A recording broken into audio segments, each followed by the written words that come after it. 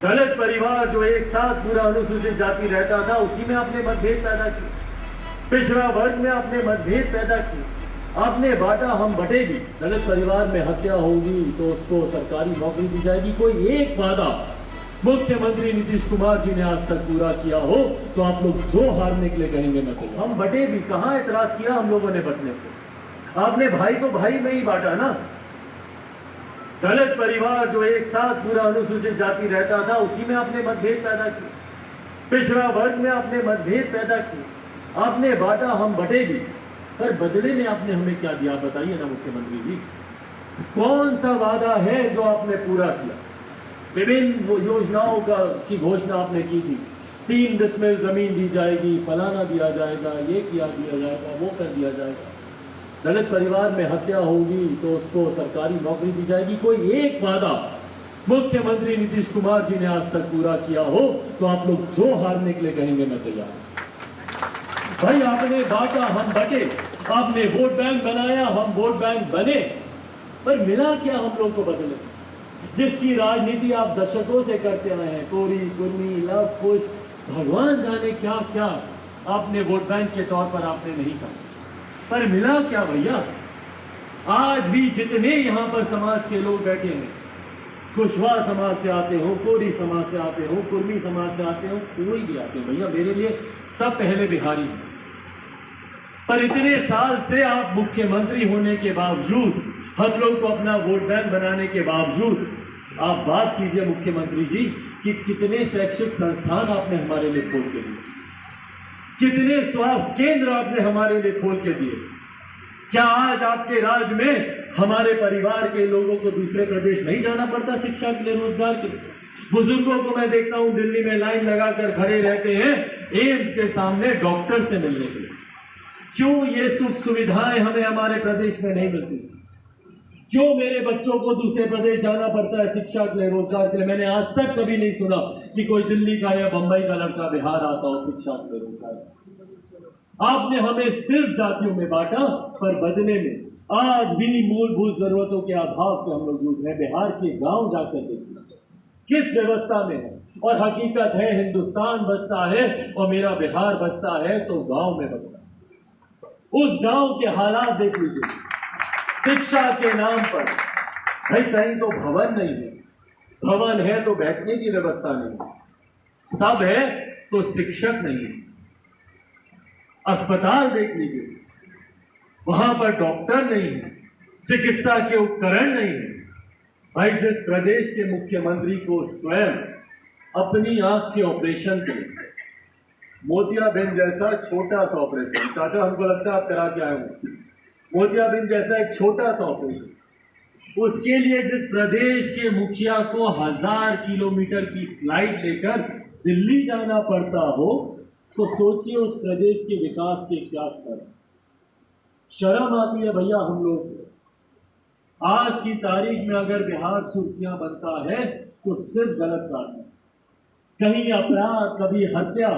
स्वास्थ्य की मैंने बात की, दिनों तक बिहार सुर्खियों में रहा। जिस तरीके से मुजफ्फरपुर में आंखें निकाल ली गई भैया मोतियाबिंद के ऑपरेशन के नाम पर, तभी मुख्यमंत्री दिल्ली भागे थे, नहीं तो संभवतः उनकी भी आंख निकाल ली गई।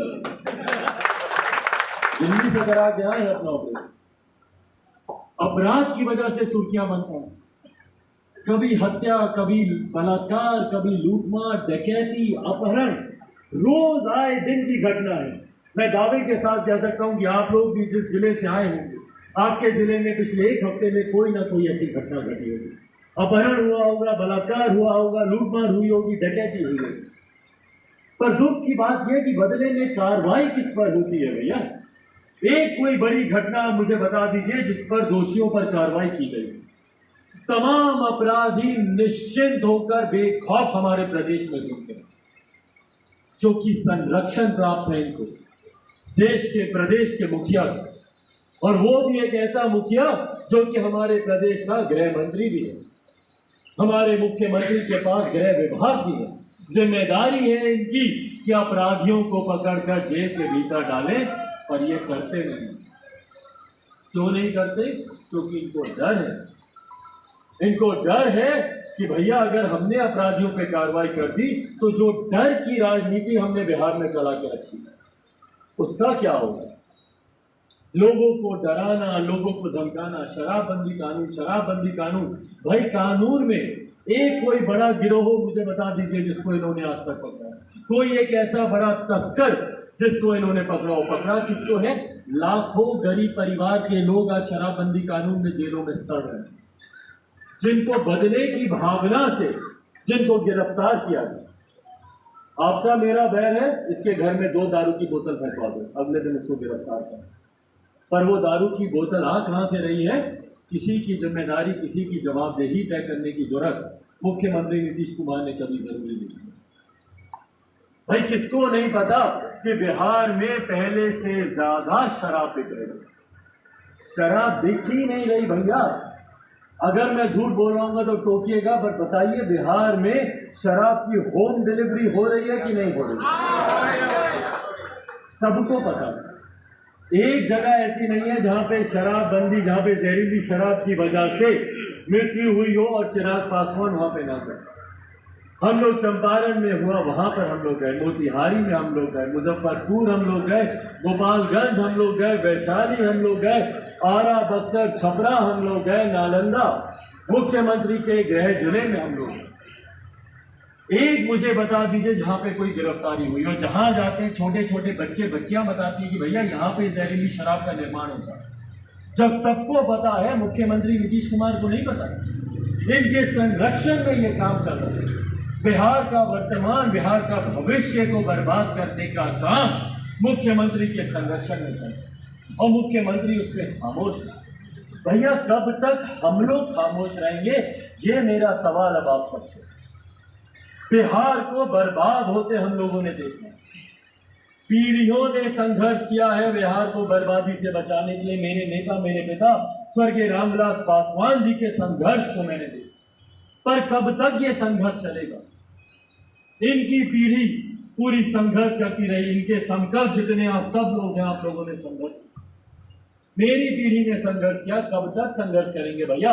कम से कम हमारी आने वाली पीढ़ी तो एक विकसित बिहार को देखे।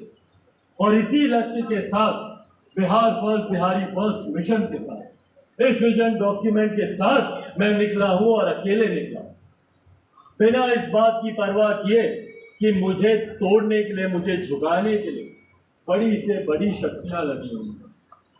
पर चिराग पासवान भी शेर का बेटा है, रामविलास पासवान। फर्क नहीं पड़ता मुझे, डरता नहीं हूं मैं।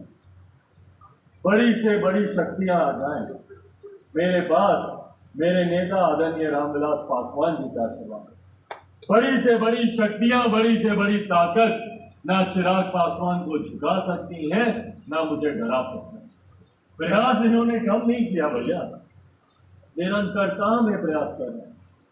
जिस दिन से मेरे पिता का निधन हुआ, और बताइए ये एक ऐसा समय होता है जब दुश्मन भी आके आपको गले लगाते, जब आपके पिता का साया आपके सर से उठा, उस वक्त आपसे बैर रखने वाले लोग भी आकर आपके कंधे पर अपना हाथ रखते हैं, आपके साथ अपनी संवेदनाएं रखते हैं। पर यहाँ तो उल्टा, मेरे पिता के निधन के बाद मेरे परिवार के ही लोगों ने अपने आशीर्वाद का हाथ मेरे सर से अपनी व्यक्तिगत महत्वाकांक्षाओं के लिए हटाया। अगर किसी नीति विचार के लिए हटाते तो मुझे दिक्कत नहीं होती।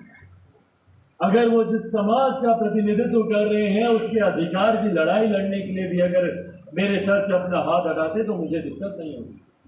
पर अपनी व्यक्तिगत महत्वाकांक्षाओं के लिए एक मंत्री बनने के लिए कितना बड़ा पद होता है मंत्री का। यहाँ पर बैठी है पूर्व मंत्री, इन लोगों ने लात मारने का काम किया है मंत्री पद को। आज अगर इनको, मुझको, हम लोग को मंत्री बनना होता, कई ऐसे लोग हैं जो मंत्री बनने के दावेदार थे, उसके लिए सिर्फ मुझे मुख्यमंत्री नीतीश कुमार के सामने नतमस्तक होना था, उनकी गलत नीतियों का समर्थन करना था, उनके बढ़ते अपराध का समर्थन करना था, बढ़ते भ्रष्टाचार का समर्थन करना था, और संभवतः आज मैं भी केंद्र सरकार में मंत्री होता।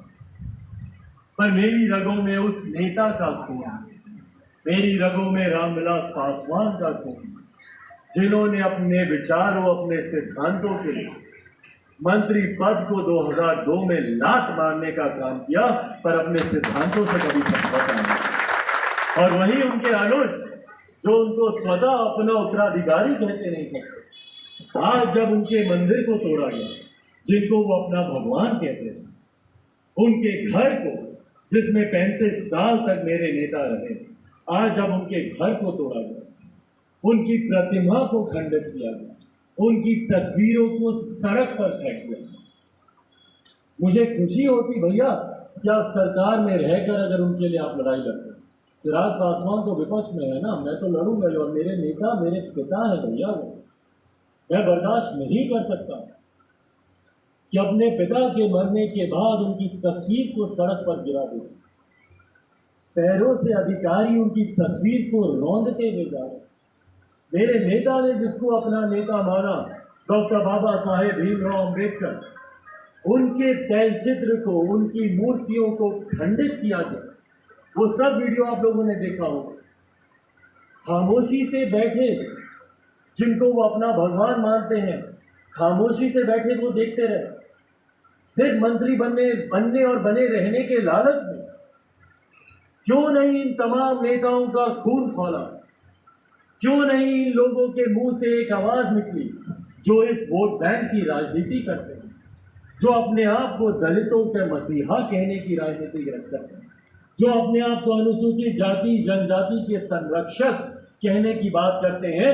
मैं तमाम उस अनुसूचित जाति जनजाति के नेताओं से पूछता हूं जो आज सरकार में मौजूद है, केंद्र में हो या बिहार सरकार में, कैसे खामोशी से आप अपमान होता हुआ देखते रह गए? मेरे नेता, चलिए वो आपके राजनीतिक प्रतिद्वंदी रहे होंगे, उनके प्रति आपका सम्मान नहीं, पर डॉक्टर बाबा साहेब भीमराव अम्बेडकर, संविधान के रचयिता, जिनकी वजह से आज ये देश चल रहा है, भारत बिहार की संसद चल रही है, विधानसभाएं चल रही हैं, तमाम उन महापुरुषों का, लोकनायक जेपी हो, कर्पूरी ठाकुर हो, तमाम इन महापुरुषों की तस्वीरें जो 12 जनपद में लगी थी। भाई 12 जनपद एक व्यक्ति विशेष का घर नहीं था ना, सामाजिक न्याय की पृष्ठभूमि रही है 12 जनपद। मेरे नेता स्वर्गीय रामविलास पासवान जी ने वहीं से मंडल कमीशन की नींव को रखा, वहीं पर पिछड़ों की लड़ाई के लिए आंदोलन किए गए, दलितों के लिए आंदोलन किए। समाज का कौन सा वर्ग नहीं है भैया? ऊंची जाति से आने वाले गरीब लोगों के आरक्षण की मांग की गई तो वहीं से अनुसूचित जाति SC ST act, atrocity act, जिसमें फेरबदल किए गए, उसको पुनर्स्थापित करने के लिए उसी घर में उसकी नींव रखी गई। और सबसे बड़ी बात, जात पात धर्म मजहब सबको भूलकर देश में 81 करोड़ लोग जो भूखे मर रहे थे लॉकडाउन के वक्त, मेरे नेता ने उसी घर में